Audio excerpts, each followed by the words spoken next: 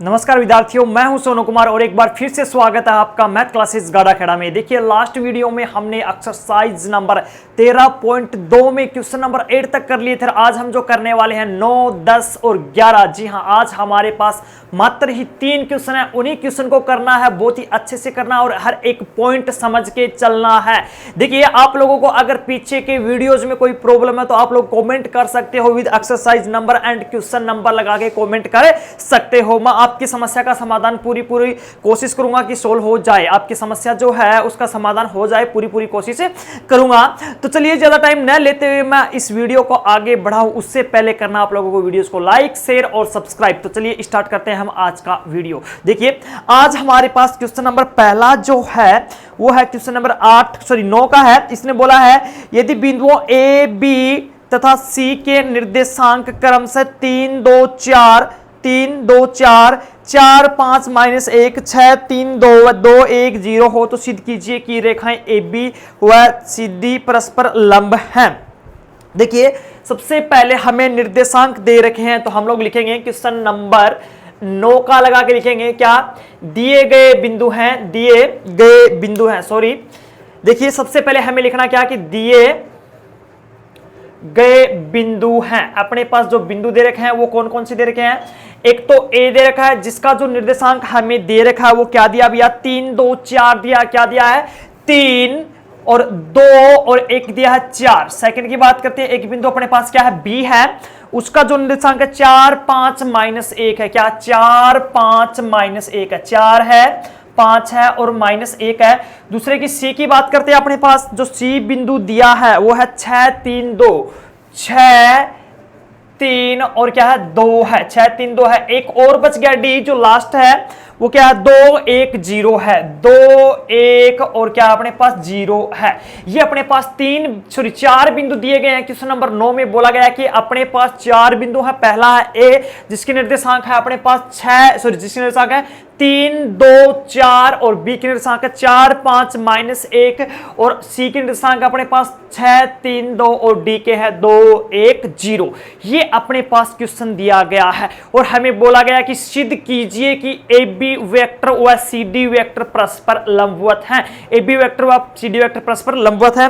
तो सबसे पहले बात करेंगे कि हमें ए बी वेक्टर व सी डी वेक्टर का जो परस्पर लंबवत है उसके लिए हमें कोस थीटा की वैल्यू निकालनी पड़ेगी। अर्थात बोले तो कोस थीटा बराबर क्या होता है? ए बी वेक्टर डॉट जो अपने पास दे रखा है सी डी वेक्टर अपॉन में ए बी वेक्टर का मोड और इनटू में सी डी वेक्टर का मोड। ये निकालना पड़ेगा। ये क्यों निकालना पड़ेगा भैया? ये इसलिए निकालना पड़ेगा क्योंकि हमें जो है वो इनको लंबवत दिखाना है। और लंबवत कब दिख जाएंगे? जब इनके मध्य का एंगल कितने डिग्री हो जाता है? 90 डिग्री हो जाता है। तो हमें एंगल निकालना है। एंगल निकालने के लिए सदिश में कौन सा फॉर्मूला काम लेंगे? कोस थीटा वाला फॉर्मूला काम लेंगे जो अदिश गुणन के तहत होता है। कोस थीटा वाला फॉर्मूला मैंने सामने रख दिया जो अदिश गुणन के तहत होता है। इस फॉर्मूले से होगा, लेकिन इससे पहले सर जी हमें ए बी वेक्टर चाहिए और सी डी वेक्टर चाहिए, उसके बाद उनका मोड चाहिए। चलिए, मोड की तो बात बाद की आती है, लेकिन सबसे पहले हमें क्या चाहिए? ए बी वेक्टर चाहिए और क्या चाहिए? सी डी वेक्टर चाहिए। तो हम लोग इस पर इस साइड लिखते हैं क्या कि सदिश ए बी वेक्टर निकालते हैं। सबसे पहले क्या निकालते हैं? सदिश A B vector. A B vector कैसे निकालते हैं भैया? x2 - x1 का आई क्यूब, x2 - x1 इंटू में क्या आएगा? आई कैप प्लस y2 - y1 और इंटू में j कैप और प्लस इसको मिटा देता हूं भैया, क्या आएगा? प्लस z2 - z1 इंटू में k कैप। ये अपने पास ए बी वेक्टर आ जाएगा। तो सबसे पहले हम लोग ए बी वेक्टर ले रहे हैं। तो ए बी वेक्टर के लिए देखिए क्या होगा अपने पास? ए बी वेक्टर के लिए ये वाला पहले वाला तो x1, ये वाला होगा y1 और ये वाला होगा z1। इसी प्रकार से ये वाला होगा x2, y2 और ये वाला होगा z2। ये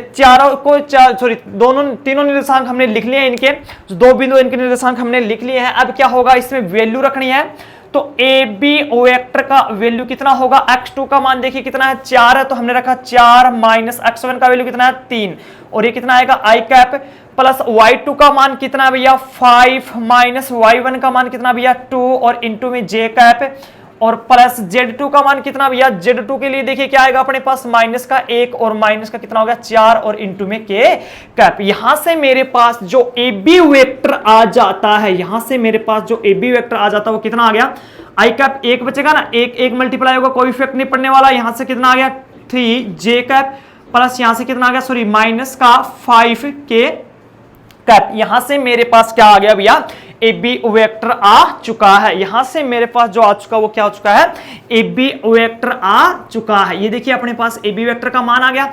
और इसी प्रकार से हम लोग क्या निकालेंगे भैया, इसी प्रकार से हमें निकालना है CD वेक्टर भी निकालना है। क्या निकालना है, CD वेक्टर भी निकालना। लिखेंगे इसी प्रकार सदिश CD वेक्टर, CD वेक्टर के लिए भी वही फॉर्मूला काम करना है, x2 माइनस x1 का I cap plus y2 minus y1 का J कैप और प्लस Z2 माइनस Z1 का K कैप।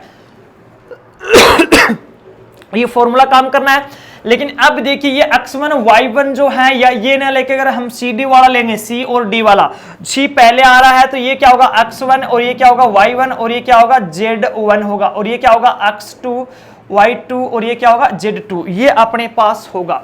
तो अब हम इसमें वैल्यू रखते हैं। देखिए वहां से CD से CD vector is equal to क्या होगा, x2 का मान कितना भैया 2 और माइनस x1 का मान कितना भैया 6 और इंटू में क्या होगा I कैप प्लस y2 का मान कितना भैया 1 और माइनस y1 का मान कितना 3 और इंटू में क्या आएगा I cap sorry J cap आएगा, यहाँ क्या आएगा J कैप और प्लस Z2 का मान कितना भैया 0 और माइनस का 2, 0 और माइनस का 2 इंटू में K कैप। देखिए हमारे पास जो CD वेक्टर यहां से आ जाता है वो कितना आ गया माइनस का 4I कैप और माइनस का 2J कैप और माइनस का 2 इंटू में K कैप। ये अपने पास आ जाता है, कौन सा CD वेक्टर आ जाता है। तो देखिए टोटल जो मेरे पास आ चुका है CD वेक्टर क्या आ गया, मेरे पास आ गया माइनस का 4I कैप माइनस का 2J कैप और क्या आ गया माइनस का 2J कैप और माइनस का 2 ही क्या है अपने पास K कैप आ गया। इस प्रकार से CD वेक्टर आ जाता है। अब हम बात करते हैं इसके एंगल की। AB वेक्टर निकाला है, अभी तक हमने CD वेक्टर निकाला है और अब हम बात कर लेते हैं इसके एंगल्स की। तो एंगल्स की बात करते हैं, कैसे निकलेगा। देखिए एंगल्स के लिए हमारे पास मिटा दिया हमने तो देखिए एक सेकंड के लिए क्या क्या आया था, AB वेक्टर आया था, एक CD वेक्टर आया था। ठीक है, यहां लिख लेते हैं हम लोग थोड़ा बाजू में AB वेक्टर और CD वेक्टर। चलिए एक सेकंड के लिए दोबारा से लिखते हैं इसको। ये अपने पास क्या था, AB वेक्टर था। AB vector is equal to 4 minus 3 था, तो टोटल रिजल्ट कितना आ गया, यहां से ये आ गया मेरे पास क्या I कैप और ये प्लस का था, ये आ गया मेरे पास प्लस 3J कैप और माइनस का 5K कैप। ये था मेरे पास AB वेक्टर जो मैं यहां लिख रहा हूं भैया, ये वैल्यू रखने के लिए लिख रहा हूं 1 मिनट के लिए ताकि हम इसको मिटा सकें। I cap plus 3J cap और माइनस का 5K कैप, ये मेरे पास क्या था AB वेक्टर था। इसी प्रकार से मैंने क्या निकाला था, एक और भी निकाला था। कौन सा निकाला था, एक हमने निकाला था CD वेक्टर भी निकाला था। CD वेक्टर निकाला तो CD वेक्टर का वैल्यू भी यहाँ रख रहा हूं मैं, देखिए ताकि हम लोग उनके मध्य का एंगल आसानी से निकाल सकें। ये मेरे पास नीचे रख दिया मैंने CD वेक्टर, जो CD वेक्टर क्या था x2 माइनस x1 का whole square, sorry x2 minus x1 into I cap होगा। तो ये माइनस का कितना होगा भैया 4 होगा, ठीक है, और ये वाला कितना होगा माइनस का 2 होगा, ठीक है, और ये कितना सॉरी 4I माइनस का 2J और ये वाला जो होगा माइनस का 2K कैप। ये अपने पास क्या आ गया CD वेक्टर भी आ गया। यहां तक अपने पास आ गया, CD वेक्टर भी निकाला है हमने। अब थोड़ा और आगे चल लेते हैं। देखिए अब यहां से इसको मिटा दिया हमने, ये AB वेक्टर और CD वेक्टर आ गया। हमें लंबवत के लिए निकालना पड़ेगा, तो निकाल रहे हैं। चूंकि AB वेक्टर व CD वेक्टर लंबवत होंगे, कब होंगे भैया, जब AB vector dot CD vector का जो अदिश गुणन है वो 0 होगा। ये डॉट क्या है, अदिश गुणन है। तो अब हम इसमें वैल्यू रख रहे हैं भैया, अब हम इसमें वैल्यू रख रहे हैं, वैल्यू रखते हैं तो देखिए क्या होगा, ये 0 होगा तो अपने पास क्या आ जाएगा, ये दोनों परस्पर क्या होंगे, लंबवत होंगे। तो अब हमने निकाला AB vector dot CD vector का मान निकालते हैं। तो AB वेक्टर कितना भैया I plus 3J minus 5K और डॉट में क्या आ गया माइनस का 4I माइनस का 2J और माइनस का 2K कैप आ गया। तो यहां से मेरे पास जो आया AB vector dot CD vector is equal to कितना आया, ये हो गया माइनस का 4I, देखिए I मिल कितना हो गया I डॉट I और ये हो गया मतलब माइनस का 6J डॉट J और ये हो गया माइनस माइनस टोटल मिला कितना होगा 10K डॉट कि यहां से मेरे पास ये आ चुका है। A B vector dot C D vector is equal to, ये हो गया -4, ये हो गया -6 और ये हो गया +10। टोटल रिजल्ट कितना आया मेरे पास? A B vector dot C D vector बराबर 0, अर्थात हमारे पास ए बी वेक्टर व सी डी वेक्टर का मान 0 हो गया तो परस्पर लंबवत होंगे। यहीं पे हमारा जो ये है क्वेश्चन कंप्लीट हो जाता है। तो लिख देंगे यहाँ पे अर्थात ए बी वेक्टर व सी डी वेक्टर परस्पर लंबवत होंगे। क्यों होंगे भैया? ये कंडीशन है, कोस थीटा वाले में कंडीशन लिखवाई थी मैंने कि अगर ए बी वेक्टर डॉट में अपने पास जो दूसरा सदिश सी डी वेक्टर का जो डॉट प्रोडक्ट है वो 0 हो जाता है तो वो दोनों कैसे होंगे? परस्पर लंबवत होंगे। दोनों कैसे होंगे? परस्पर लंबवत होंगे। और देखिए इसी के साथ हमारा ये क्वेश्चन कंप्लीट हो जाता है। अगर इस क्वेश्चन में किसी भी टाइप का आपको डाउट है तो आप लोगों को करना है कॉमेंट। तो चलिए आगे बढ़ा लेते हैं। आगे का क्वेश्चन क्या? अपना क्वेश्चन नंबर 10 है। देखिए बहुत ही इजी क्वेश्चन है, आराम से समझेंगे। क्वेश्चन नंबर 10 में क्या बोला? सबसे पहले तो यही देखेंगे हम लोग। क्वेश्चन नंबर 10 में इसने बोला है कि किसी सदिश ए वेक्टर के लिए सिद्ध कीजिए कि ए वेक्टर, सबसे पहले क्वेश्चन लिख लेते हैं, क्या किसी सदिश ए वेक्टर के लिए सिद्ध करो। ए वेक्टर के लिए हमें सिद्ध करना है, क्या सिद्ध करना भैया? A vector is equal to, क्या सिद्ध करना अपने को? देखिए A vector is equal to A vector dot I और इंटू में I cap plus A vector J cap और इंटू में J cap plus A vector dot K cap और इंटू में के कैप। ये हमें सिद्ध करना है। ये हमें क्या करना है? सिद्ध करना है। चलिए इसके बारे में बात करते हैं कि कैसे सिद्ध हो सकता है। ये हमें सिद्ध करना है। देखिए ये हमें सिद्ध करना है। तो सबसे पहले बात करते हैं इसके बारे में कैसे कर सकते हैं। सबसे पहले हमें इसमें एक सदिश लेना पड़ेगा जो ए वेक्टर होगा। ए वेक्टर इज इक्वल टू, सबसे पहले आंसर लगाया, माना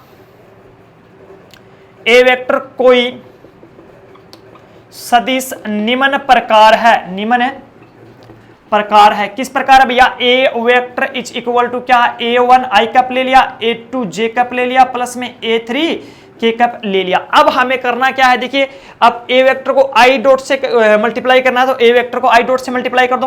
तो सबसे पहले लिखेंगे कि इसको दे दो इक्वेशन 1, तो लिखेंगे समीकरण 1 को आई कैप से अदिश गुणन करने पे, अदिश गुणन करते हैं तो क्या आएगा मेरे पास? A vector dot I cap is equal to, इधर देखिए A1 I cap dot I cap हो जाएगा, ये वाला कितना हो जाएगा? A2 J cap dot I cap हो जाएगा प्लस में A3 के कैप डॉट आई कैप हो जाएगा। यहां से देखिए मेरे पास क्या आ जाता है? ए वेक्टर डॉट आई कैप की जगह आई कैप है, ये वाला आई मिलके कितना हो जाता है? 1 हो जाता है। अदिश गुणन में मैंने बताया था अगर समान जो इकाई सदिश परस्पर गुणा होते हैं तो उसका जो परिमाण है वो 1 आता है, बाकी सारे के सारे 0 हो जाते हैं, ऑपोजिट जो होते हैं। प्लस ये वाला कितना हो गया? 0 प्लस ये वाला भी कितना हो गया? 0 हो गया। दैट मीन्स मेरे पास रिजल्ट आया A vector dot I is equal to A1 आया, A1 आया। इसी प्रकार से लगा के लिख देंगे, इसी प्रकार जो हम लोग ए वेक्टर डॉट जे कैप निकालेंगे ना वो क्या आएगा भैया? A2 आएगा। और इसी प्रकार थर्ड भी देखते हैं या फिर डायरेक्ट लिख देंगे ए वेक्टर डॉट के कैप जो आएगा वो कितना आएगा? A3 आएगा, A3 आएगा। तो देखिए हमारे पास मेन जो चीजें हैं वो ये है कि ए वेक्टर को आई से मल्टीप्लाई करते हैं, अदिश गुणन करते हैं तो अपने पास A1 आता है। इसी प्रकार से ए वेक्टर को जे कैप यानी कि सेकंड वाले इकाई सदिश से मल्टीप्लाई करते हैं तो A2 आएगा और थर्ड वाले से करेंगे तो A3 आएगा। ये तीनों की तीनों अपने पास आ जाते हैं। अब हमें इसको रखना है किसमें? समीकरण 1 में रखना है। तो अब इसके लिए लिखेंगे कि समीकरण 1 में रखने पर, लिखेंगे समीकरण 1 में रखने पर, मिटा देता हूं ये वैल्यू याद ही अपने को, ठीक है। समीकरण 1 में रखने पर यहां लिखेंगे समीकरण 1 में रखने पर, तो ये ए वेक्टर था इज इक्वल टू A1 का वैल्यू क्या था भैया? ए आई कैप था, ए डॉट आई कैप था, ये आई बाहर है भैया। ये A1 का वैल्यू आया था अपने पास ए डॉट आई प्लस A2 का वैल्यू क्या आया था भैया? ए डॉट जे, और ये बाजू में क्या था अपने पास जे कैप था। A3 का वैल्यू क्या था A डॉट के कैप, और ये बाजू में क्या था के कैप था। यहां तक हमारे पास ये आंसर आ जाता है और यही सिद्ध करवाता है अपने से। ये क्वेश्चन में जो पूछ रहा है वो यही सिद्ध करवा रहा है, यानी कि हमारे पास जो है इस क्वेश्चन का आंसर आ चुका है। अगर आपको कोई स्टेप इसमें समझ में नहीं आती है तो आप लोगों को करना है कमेंट, मैं पूरी कोशिश करूंगा उसका जो वीडियो बना के आप तक पहुंचा सकूं। चलिए आगे बढ़ा लेते हैं अब हम लोग।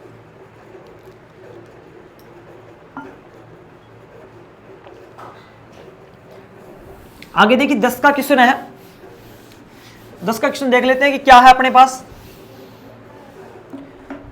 10 के क्वेश्चन में इसने क्या बोला देखिए, सॉरी 11 क्वेश्चन में बोला है कि सदिश विधि से सिद्ध कीजिए कि समांतर चतुर्भुज के विकिरणों के वर्गों का योग उसकी भुजाओं के वर्गों के योग के बराबर होता है। देखिए सबसे पहले तो इसने बोला कि सिद्ध करना है कि किसी समांतर चतुर्भुज, यानी कि अपने पास एक तो क्या है समांतर चतुर्भुज है, तो मैंने यहां एक बना दिया क्वेश्चन नंबर मैंने 11 का लगा के यहां एक तो बना दिया मैंने समांतर चतुर्भुज। ठीक है, ये वाला मान लो कि क्या है एक समांतर चतुर्भुज है, ये वाला एक समांतर चतुर्भुज ले लिया मैंने। ठीक है, ये समांतर चतुर्भुज ले लिया, ओ ए बी और सी, ये वाला क्या ले लिया मैंने एक समांतर चतुर्भुज ले लिया। इसका जो सदिश है वो मैंने ले लिया ए वेक्टर, और इसका जो सदिश है वो मैंने ले लिया बी वेक्टर। समांतर चतुर्भुज है तो ये भुजा इसके समांतर होगी, तो ये वाला इस पार्ट जो है इसकी दिशा भी इधर होगी, इसका जो वैल्यू होगा वो भी क्या होगा ए वेक्टर ही होगा, और इसका जो वैल्यू होगा वो भी कितना ही होने वाला है बी वेक्टर ही होने वाला है। बात कर लेते हैं विकिरणों की, तो पहला जो विकिरण होगा ये वाला होगा और दूसरा जो होगा ये वाला होगा। ठीक है, तो जो विकिरण है वो एक तो AC है और एक क्या है OB है। तो AC के लिए सबसे पहले हम लोग समझते हैं कि कौन सा होगा AC जो वेक्टर है। देखिए अपने पास ये वाला त्रिभुज ले लेते हैं कि AC जो वेक्टर है एक तो जा रहा है अपने पास इधर जा रहा है, एक इधर जा रहा है, तो ये जो वाला सिस्टम होगा ये क्या होगा A vector plus B vector होगा। OB वेक्टर जो OB सदिश होगा वो A vector plus B vector होगा। इसकी बात करते हैं तो इसमें देखिए ये वाला इधर जा रहा है और ये वाला इधर जा रहा है, दैट मींस ये वाला क्या होगा भैया कि B vector minus A vector होगा। इसकी जो दिशा होगी वो क्या होगी B vector minus A vector होगी, क्योंकि B वेक्टर बिल्कुल सीधा जा रहा है लेकिन A वेक्टर की दिशा देखिए वापस ऑपोजिट साइड आ रही है। ये क्या होगा अपने पास B वेक्टर और माइनस A वेक्टर होगा। और नहीं समझ में आता तो मैं त्रिभुज नियम से समझाऊंगा, एक सेकंड के लिए आप लोग रुक जाओ, तब तक हम लोग इसको देखते हैं कि क्या सिद्ध करना है। हमें सिद्ध करना है कि इसके विकिरणों का योग, विकिरण बोले तो हमारे पास क्या आएंगे कि AC का स्क्वायर और प्लस क्या आएगा OB का स्क्वायर। ये बोला कि इसके विकिरणों के वर्गों का जो योग है इसकी भुजाओं के संगत भुजाओं के वर्गों के योग के बराबर होता है। जैसे क्या बोलेंगे कि OA का स्क्वायर और प्लस BC का स्क्वायर ये हो गया, और प्लस सेकंड वाला जो आएगा मेरे पास क्या आएगा OC का स्क्वायर और प्लस AB का स्क्वायर, ये वाले के बराबर होगा, संगत भुजाओं के योग के बराबर होगा। नहीं समझ में आया सर जी? बिल्कुल भाई साहब समझाएंगे, एक सेकंड के लिए रुक जाओ। सबसे पहले इसने क्या बोला कि अपने पास एक समांतर चतुर्भुज है, हमने समांतर चतुर्भुज बना लिया, उसका एक सदिश A वेक्टर ले लिया, दूसरा सदिश B वेक्टर ले लिया, तो ये वाला B होगा, ये वाला A होगा, ये सारे के सारे आपस में बराबर होंगे, आमने सामने की भुजाएं क्या होती हैं समान होती हैं। तो चलिए अब बात कर लेते हैं हम लोग इसके जो विकिरण आए हैं वो कैसे आए हैं। तो मैं छोटा सा हल्का सा डायग्राम नीचे बना रहा हूँ, ये वाला ये पार्ट है। ठीक है, ये वाला जो है A वेक्टर था, ये इसकी बातें कर रहा हूँ, ये O था, ये C था, ये A था। ठीक है, और ये वाला पार्ट है A वेक्टर।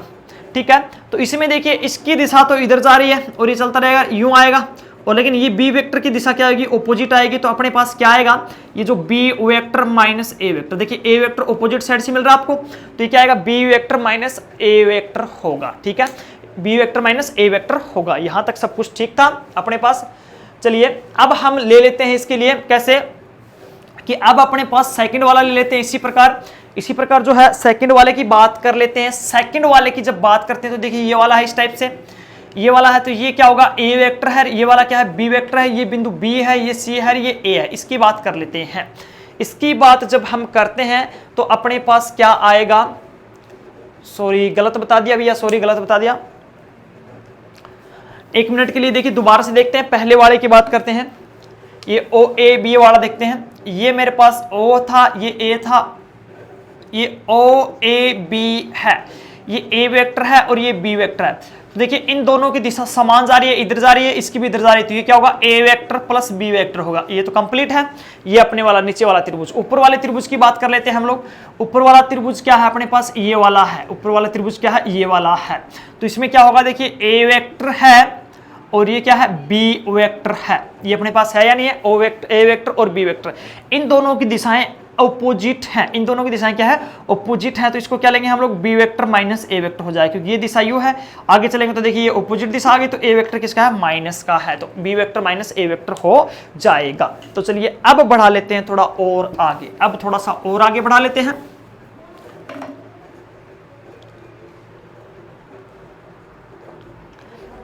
अभी अपने पास देखिए क्या होने वाला है, ये सिद्ध करना है। इसने बोला कि इसके विकिरणों का योग, विकिरण क्या होगा भैया इसका, एक तो एससी होगा और एक क्या होगा, ओबी होगा।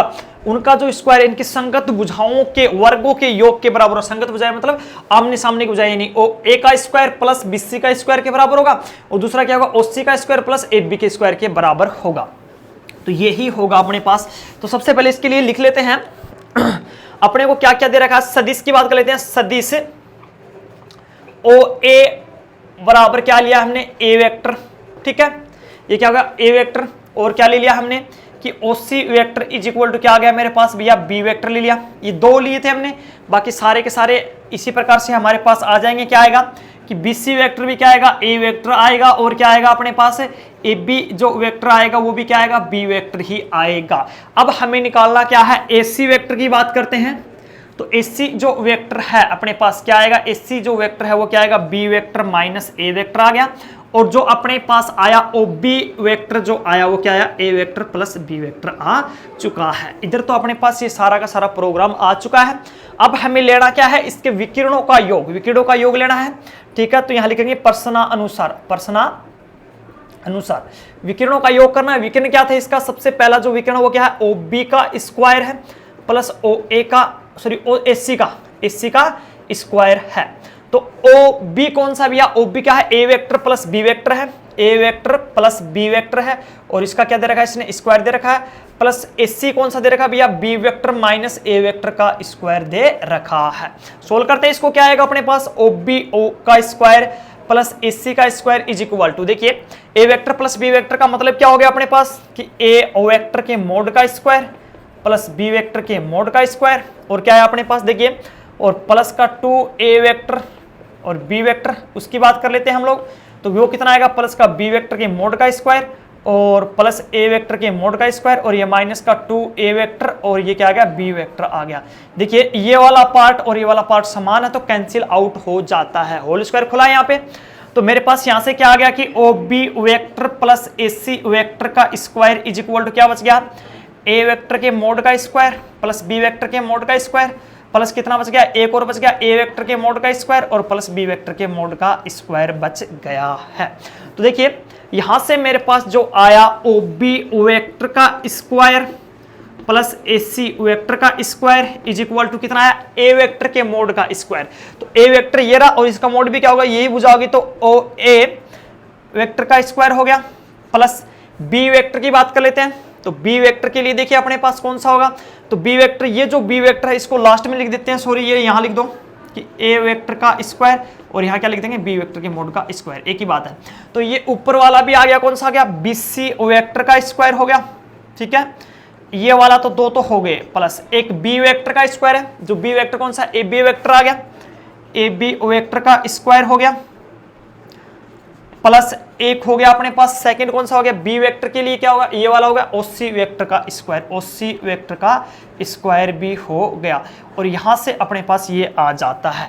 और ये जो समीकरण है, ये वाला जो समीकरण है, इससे स्पष्ट होता है, समीकरण नंबर ए दे दो, बी दे दो, कुछ भी दे दो, कि समीकरण ए से स्पष्ट होता है, समीकरण ए से स्पष्ट है कि, समीकरण ए से स्पष्ट है कि समांतर चतुर्भुज के विकिरणों के वर्गों का योग, विकिरणों के वर्गों का योग उसकी भुजाओं के, उसकी का योग संगत भुजाओं के वर्गों के योग के बराबर होता है। ये अपने पास क्या आ गया, क्वेश्चन नंबर जो अपने पास है 11 का है वो कंप्लीट हो जाता है। इसी के साथ देखिए विद्यार्थियों, हमारा जो क्वेश्चन नंबर 11 का है वो कंप्लीट हो जाता है। अब बात करेंगे हम लोग नेक्स्ट एक्सरसाइज की, यानी कि 13.3 की बात करेंगे, और वो बात करेंगे 13.3 की बात करेंगे कल के वीडियो में, अर्थात नेक्स्ट वीडियो में बात करेंगे। तब तक के लिए आप लोग घर पे आराम से बैठ के पढ़ते रहिए, मेरे साथ जुड़े रहिए, वीडियोज को ज्यादा से ज्यादा लाइक करिए और शेयर करिए और सब्सक्राइब करिए।